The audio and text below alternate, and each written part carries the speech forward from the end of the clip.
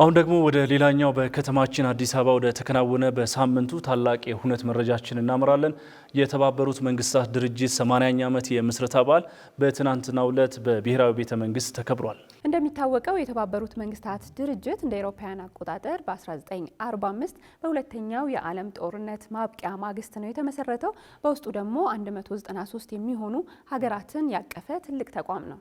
እንግዲህ ለዓለም አቀፍ ሰላምና ደህንነት ለማህበረሰብና ኢኮኖሚ ልማት ሚና ለመወጣት ነው የተቋቋመው።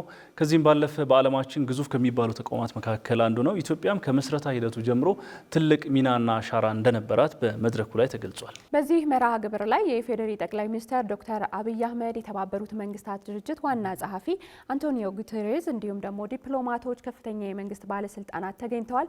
እኛም በዚህ ዝግጅት ላይ ታድመን ነበረ። በዝግጅቱ ላይ የተላለፉት ዋና ዋና መልእክቶች ምንድን ናቸው የሚለውን ተመልክተን እንምጣ።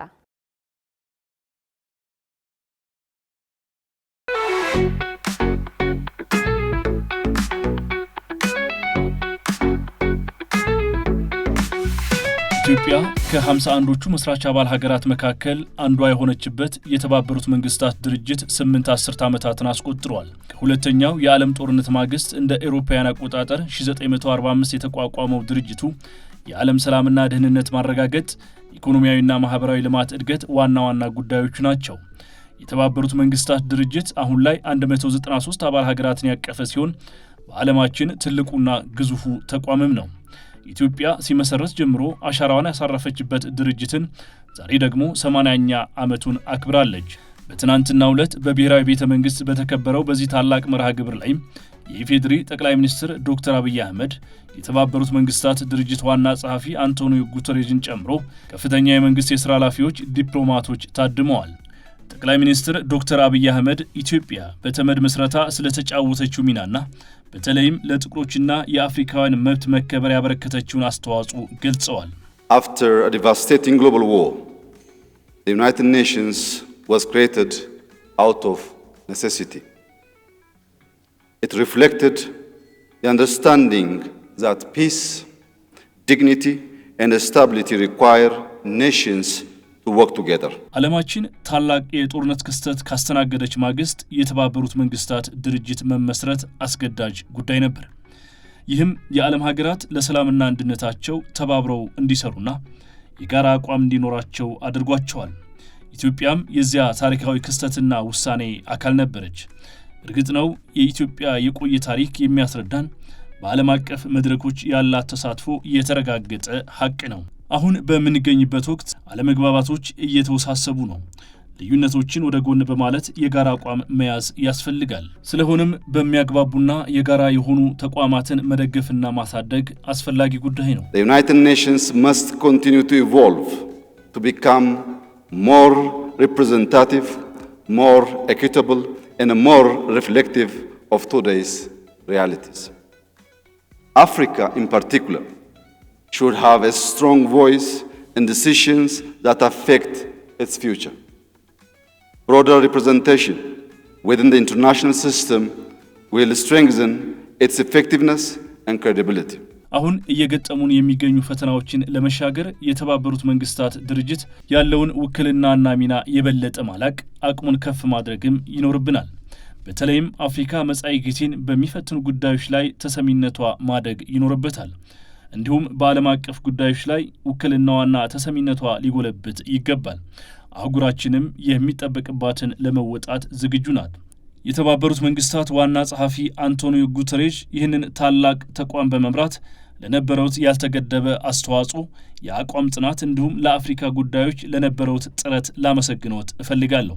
ኢትዮጵያ ከዚህ ቀደም ስታደርገው እንደነበረው ሁሉ በቀጣይ ጊዜያትም የጸና አቋም አላት። በተለይም ሁሉን አቀፍ በሆኑ ፍትሃዊ፣ አካታችና ውጤት ተኮር በሆኑ ጉዳዮች ላይ ፍጹም እምነት አለን። አሁን በምንገኝበት ዘመን ሰላምና ደህንነትን ለማጽናት ህብረትና አንድነት እጅጉን አስፈላጊ ጉዳይ ነው። Ethiopia will remain a committed partner in the work ahead. We believe in a multilateral system that is fair, inclusive, and result-oriented. We will continue to play our part in shaping what comes next. In today's world, cooperation remains the most reliable path to peace, stability, and a shared progress. I thank you. On behalf of the United Nations family, I thank Prime Minister Ahmed for hosting this event and the people of Ethiopia for their warm welcome.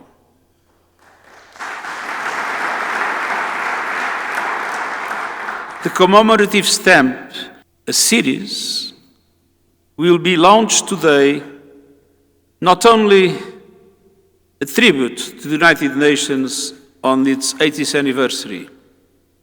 It is also a reminder of the close partnership between Ethiopia and the organization, a partnership with roots that stretch back to our earlier days. Ethiopia is one of the original 51 nations that signed the United Nations Charter in San Francisco in 1945.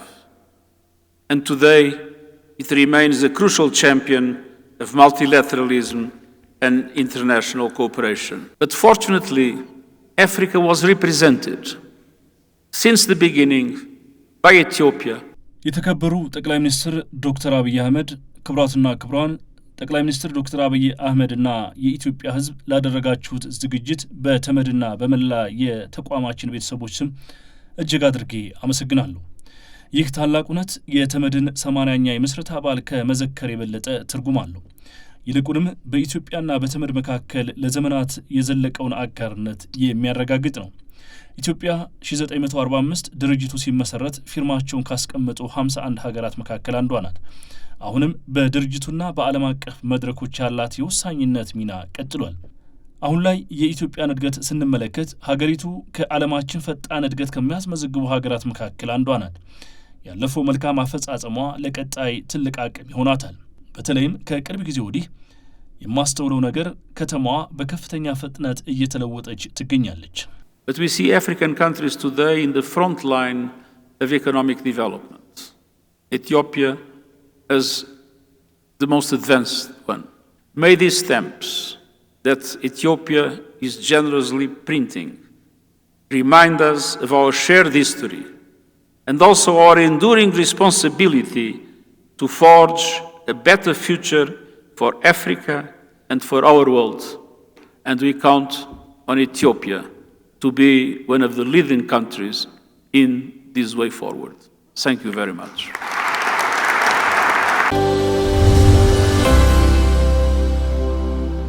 እስከ መጨረሻው ድረስ ከኛ ጋር ስለነበራችሁ እናመሰግናለን። የምናዘጋጃቸውን አዝናኝ ቪዲዮዎች ማየት ከፈለጋችሁ እዚች ጋር ጠቅ ያድርጉ። ሰብስክራይብ የሚለውን ደግሞ እዚህ ጋር ጠቅ ማድረግ እንዳትረሱ። በቀጣይ ቪዲዮ እንገናኝ።